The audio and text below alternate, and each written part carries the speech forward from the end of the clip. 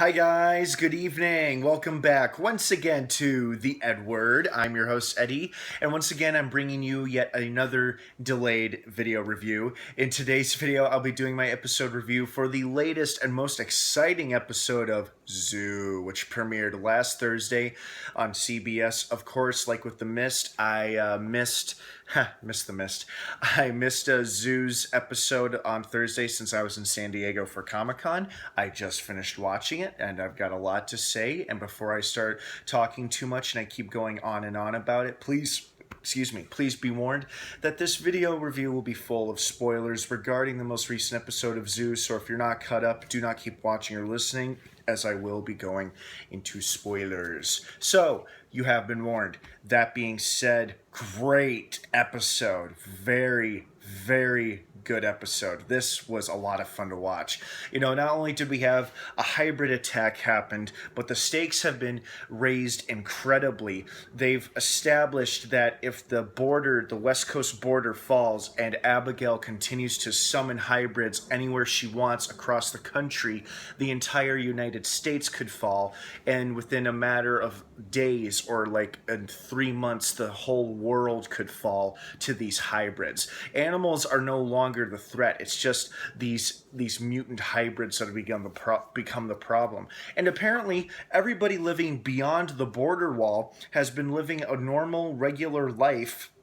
Of course, the world is whole sterile, and nobody else has seen a freaking hybrid before, especially a flying mutant vulture that can create volcanic eruptions. Anyway, the opening scene was very exciting. The stakes are incredibly raised now. They have to find Abigail now more than ever. We've seen some of her motives established as well. Like, she told Mitch that she's trying to create a new world for herself, and she referred to them as her hybrids or the hybrids. So I'm curious as to what exactly she has in mind for the entire human race, or at least for Jackson. I think it's probably something to do with the revenge for her father's death, or their father's death. She probably blames Jackson for it. And then we saw some great reunions. Oh, it was really touching, kind of bittersweet because, Isaac is still in Raiden's captivity, but it was so great seeing the whole gang reunited again. Dariella, Abraham, seeing Jackson, Jamie, and Mitch. Even Mitch was happy to see Abe and Dariella, which was really, really touching. Mitch was full of classic little Mitchisms, I guess you could call them, with his hilarious little one-liners and quips. He's back in full force. He may have been in hibernation for 10 years, but his sarcasm and his dry wit hasn't disappeared, fortunately. So this episode had a lot of excellent character moments. Speaking of character moments, Jamie has taken a really interesting and pretty dark turn because, she's keeping Mansdale captive. She willingly, openly admitted to assassinating the CEO of Raiden Global, who granted was an evil, nasty person, but, I don't know if I would have executed her in cold blood. I mean, she wasn't the most likable or pleasant woman, but she was clearly, one of the shepherds. As her source pointed out, she was known as the Falcon. So the head of Raiden Global was one of the shepherds, which makes you wonder, what do they really plan to do with these kids? Do they truly intend to solve the sterility problem with these kids, or are they planning to slaughter them all like sheep or something? Now we're even more worried for Isaac and the rest of the children as to what Raiden Global really has in store for them, and if their plans will continue or not with the CEO now being dead. And what's next for Jamie? I mean, it seems like she has admitted to killing this woman. She's been taken into custody without a struggle, and Logan and Mitch are stuck now with trying to get her out of this. And Logan is the one who even arrested her, reluctantly, of course, but he did it. And now Clem's been kidnapped by these female mercenaries or Raiden Global employees, whatever they are. And because they didn't hear back from Raiden Global or Dariella, now they're going to try to sell Clem on the black market.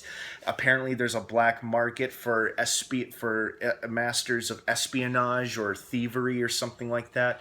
But overall, this was a great episode. It was really exciting that seeing the mutant hybrid vultures in action in the opening scene, and when they attacked New York, that was pretty cool. And the team's ingenious methods of putting the device on a drone, sending it out to sea, and then shooting at it from a plane with a harpoon gun. All sounds ridiculous, I know, but when you see it on TV, it works much better than when it's spoken in person. So, but overall, great episode, very exciting. Excellent character moments. I can't stress enough how much I enjoyed the reunion between all of these great characters after so many years.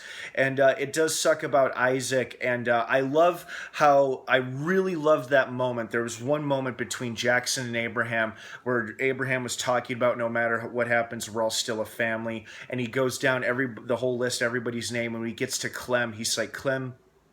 And then he looks off, realizing, we can't betray Clem. We can't betray Mitch. We can't do this to them. No, we'll get our son back another way. Because he and Dariella were arguing and struggling with themselves, with each other.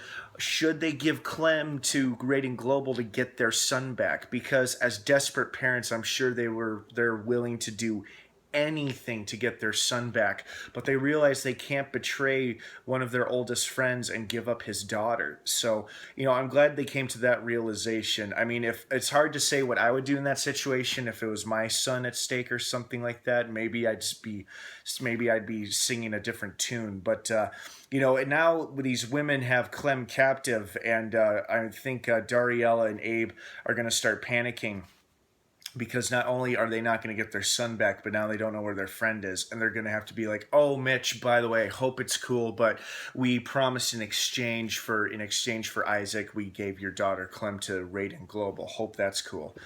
Ooh, is it going to be fireworks with Mitch when he finds out what they did behind his back.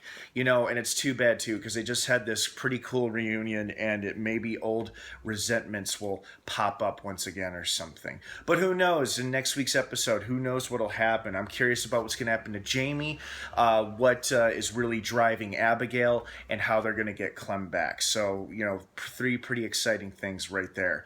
All right, you guys, what did you think of this week's episode? Did you like it? Did you love it? Did you hate it? Please leave your thoughts, opinions, and your feedback down below in the comments section. I'd love to hear from everybody. As usual, no internet trolling, please. You are more than welcome to state your opinions and beliefs. You can disagree with one another. Just please keep it civil and be respectful.